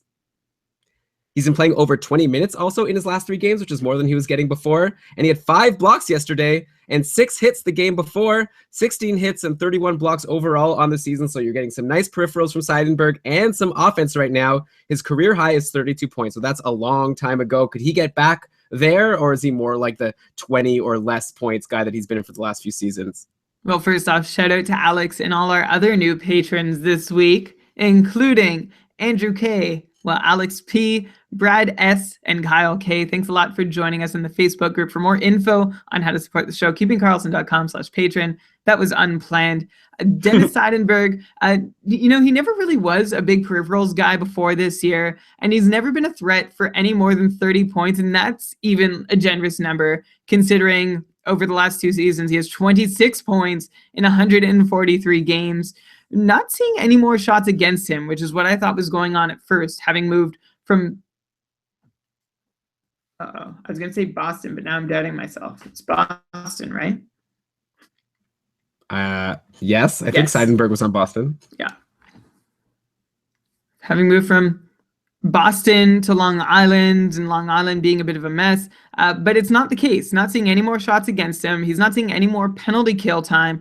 So I don't even know that his blocks are going to continue anywhere above maybe about 2 or so a game. It is nice that these little bursts are coming, but they are uncharacteristic unless he's been asked to change the way he plays. So short term, if you want to try and ride those blocks and something really has changed with his deployment and what his coach is asking him to do, okay, sure. But long term, I'm still not sold that he has great fantasy relevance even for his peripherals. Okay, well, someone to watch. Probably it'll be like a Manning, and he won't have any points this week. But I'll do this every week, Brian. I'm going to bring up a peripherals guy who's putting up points that you wouldn't have expected. Let's move on. I guess we're nearing the end of the show. I'm just going to go to the next fantasy hockey headline of the week, which is some outjuries. Usually we start with injuries and outjuries, but I just really wanted to talk about the cold streaks and hot streaks this week. Brian, I'm going to throw a whole bunch of outjuries at you, and then you could just comment on the ones that you think are interesting, okay? Okay. All right, so we already talked about Rickard Rakell. What an amazing return. Nicholas Kronwall is back for Detroit. He's played 2 games now, no points. He played today, actually. It was 2 shots on goal in his first game. Let me check and see how he did today with his second game back. It was no goals, no assists, another 2 shots, 20 minutes of ice time. Okay, so, I think that's kind of what we could expect from Nicholas Kronwall at this point. He had 49 points 3 seasons ago, but it doesn't seem like he's there anymore. Obviously, we want to watch his deployment and also how that affects Mike Green. Yeah, go ahead. Yeah, and the thing to notice about Cronwall's return is not exactly what Cronwall is doing, but that Mike Green is still seeing a really great percentage of his team's power play time. Still saw 24.5 minutes on the whole, over 2 minutes on the power play. So that's great news for Mike Green owners. By the way, Mike Green, 12 shots in his last 4 games, which is really nice because in his 6 games before that, he had just 3. Yeah, so I guess we were saying that you might want to watch Mike Green for when Kronwall returns. He might take a hit. Seems like it'll be okay. It was both of them on the top power play recently with Nyquist, Tatar, and Zetterberg. So if they could both get power play points, power play time, I guess they'll get some points. But I'm not too excited about Kronwall at this point. Maybe I'll be proven wrong. But wanted to let you guys know, another guy who's back, Connor Sheary for the Penguins. He actually had 2 assists against the Sharks, up to 5 points in 5 games now on the season. And looks like he started the game yesterday with Crosby and Hornqvist, but ended up with Cullen and Fair. I'm not sure exactly what's going on with these Pittsburgh lines. Carl Hagelin ended up playing with Crosby and Hornqvist and ended the game yesterday with 3 assists, one of them shorthanded. So he's up to 5 points on the season now. But yeah, so Connor Sheary's back. I'm not sure. Take a look at the Penguins lines before you add anyone. You might want to add Carl Hagelin. Brian, you talked about him a lot going into the season, being excited about him potentially playing on that HBK line. But obviously, if he's going to be playing with Hornqvist and Crosby, then that would be huge for a guy like Carl Hagelin, who has shown that he could put up points in the past in the right situation. Yeah, big 3-assist game, only 1 shot on goal. So he's another guy who, like Palat, if he's not getting you points, he's really not doing a whole lot at all for you. Last year, he was able to average just over 2 shots on goal per game. This year so far, not even at that mark, about 1.5 shots per game.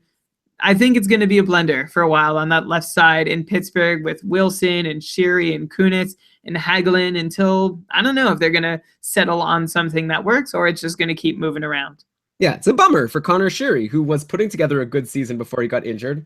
He had that good game yesterday, but maybe don't get fooled into adding him if he's going to be playing on line 4 with Matt Cullen and Eric Fair. But obviously, we'll see what happens with Connor Sheary. Of course, no one on Pittsburgh, aside from Malkin, Crosby, Hornqvist, Kessel, and Letang, is really super valuable just because those are the guys on the top power play. And I guess Kunitz, if you're in a league that counts hits. One more outjury I was going to mention, David Backes, back from his elbow surgery. That was like a weird thing, but he was back pretty quickly. Went back to line 2 with a slumping David Krejci and Ryan Spooner. And yesterday, no points, -2, 5 hits, which is great. I guess Backes has that value in leagues that count hits, but he only has 1 point in 5 games since his amazing first game of the year where we had 2 goals and 1 assist. In that game, if you recall, he was playing with Marchand and Pasternak before he got bumped for Bergeron coming back. So David Backes, he's back. Not too exciting if you're not looking for hits. Hopefully, though, Boston, I guess we talked about Torrey Krug, so hopefully they could get something going with any player not named Bergeron, Pasternak, and Marchand. Actually, Bergeron was someone who was looking like a cold streak guy, but he's been good lately, so I didn't even want to bring him up this week. And then, Brian, I'll give you one potentially coming back soon outjury, so just someone to watch. I guess we already talked about Jokinen and Bjugstad on Florida, but apparently Evander Kane has been practicing, and, you know, he was dropped by a lot of teams in your league, potentially. Wait, in your league, probably only dropped by one team, but he was probably dropped in a lot of leagues after he sustained that rib injury after one game. But, you know, Evander Kane, he's pretty good when he plays, right? He's a huge injury risk. You don't want to invest a lot in him, but if he's a free agent right now, I'd consider picking him up. He gets so many shots on goal. He had 20 goals in 65 games last season, so he could score. I like him when he's healthy, so watch out for Evander Kane's return. And also, I think that could be good for Sam Reinhart, who, you know, has been saddled with crappy line mates and he's still doing okay, but obviously it'll help if he has Evander Kane back to play with.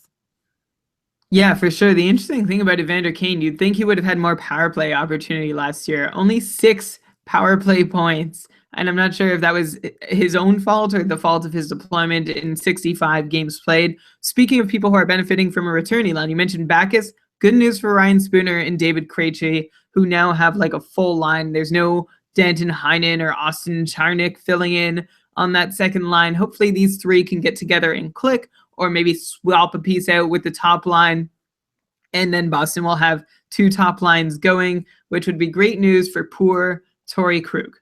Yeah, let's go, Boston. You've got 5. Boston has 5 games next week. Okay, can you please give me something? If I have 5 more games next week and no points from Torrey Krug, I am going to go freaking crazy, okay? This has to happen. I have him in 2 of my leagues. Brian, I guess we're pretty much done the show. I have one more player. I'm going to end the show with one player, unless you have someone you want to talk about. I had to mention, because I was actually surprised about this when I found out. Did you know that Alec Martinez has been on the top power play with Drew Doughty this year in LA? I assumed it was Jake Muzzin, because it's been Muzzin like all the last couple of seasons.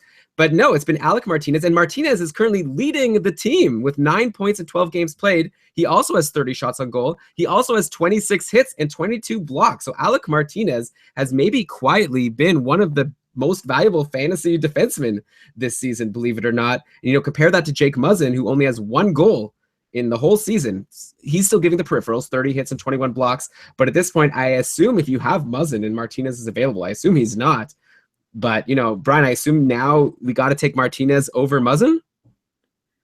It seems that way, doesn't it? 9 points in 12 games played, although for all the power play time, he's gotten just 2 power play assists to date. And last year he had 13 power play points. So it's not a totally new thing for him to be seeing time with the man advantage. I like what I've seen from him so far. He has a better shots on goal per 60 rate this year than he did last year, averaging actually 2.5 shots on goal per game, which is way ahead of what he had last year, which was less than or about 1.5 shots on goal per game.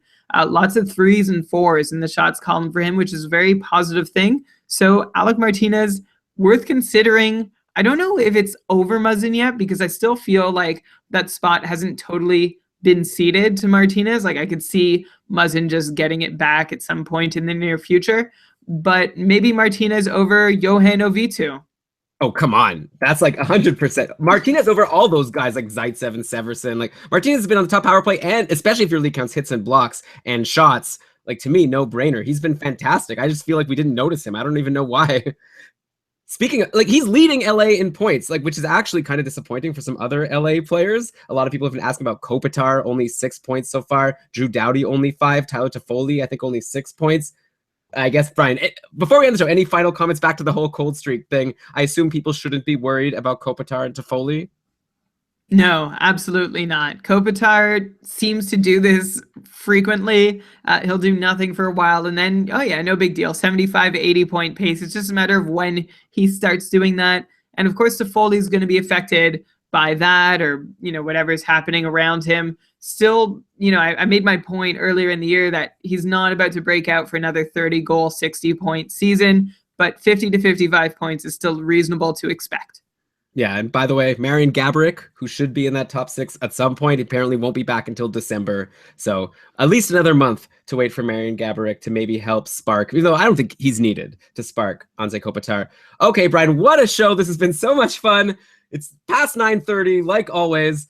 And yeah, so thanks everyone for listening. Thanks, Brian, for all this research. If you like the show, we'd love to hear your feedback. Tweet us at Keeping Karlsson. If you want to help us out, you can give us a 5-star review on iTunes. We're also now in the Android store. I didn't even know that existed, but I signed up for it last week, so I don't even know if they have reviews. But if you like listening to podcasts on the Android store, we're there now. So there you go. But yeah, the iTunes review would be very much appreciated, like I said. Also, like Brian mentioned in the middle of discussing one player, I don't remember who it was, but you could become a patron of Keeping Karlsson. I won't get too far into it, but we have the Facebook group, which is a lot of fun. We have our monthly patron casts. So if you're interested in learning more about how to support the show and become a patron with, like a beer for Brian or I once a month, $5 a month, keepingkarlsson.com/patron.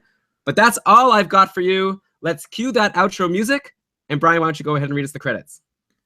All right. This episode of the Keeping Karlsson Fantasy Hockey Podcast was presented by Dobber Hockey and supported by our patrons. It was researched with help from Dobber Hockey, Frozen Pool, Corsica Hockey, Hockey Analysis, Hockey Reference, Hockey Database, Elite Prospects, Roto World, and Fantrax. Great job, Brian. Also, by the way, like I said before, check out Draft. It's actually pretty cool. I like it. Try the promo code Karlsson to get that 100% deposit bonus.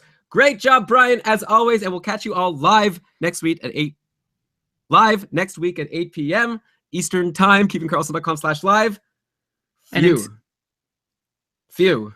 And until next time, keep on keeping Karlsson. Woo! All right. I'm glad our internet got resolved. We were able to put a show out. Me too. Phew. Good job, Brian. And thanks everyone for joining us in the chat room. You guys were awesome. It was really fun to read your comments all throughout. I guess it slowed down at the end, which is fair because we've been talking for like an hour and a half. And Brian, it's looking like we're going to win our week in our joint league, which I guess you don't really care about, but I'll just let you know anyway. I've been following a lot this year. Yeah, but you hurt me when you said you don't have Werenski in any league. Well, I don't in any of my own personal ones. All right. Well, this one's got a lot of money at stake. Anyways, okay. I care very much. I'm going to end the broadcast. Bye, everyone.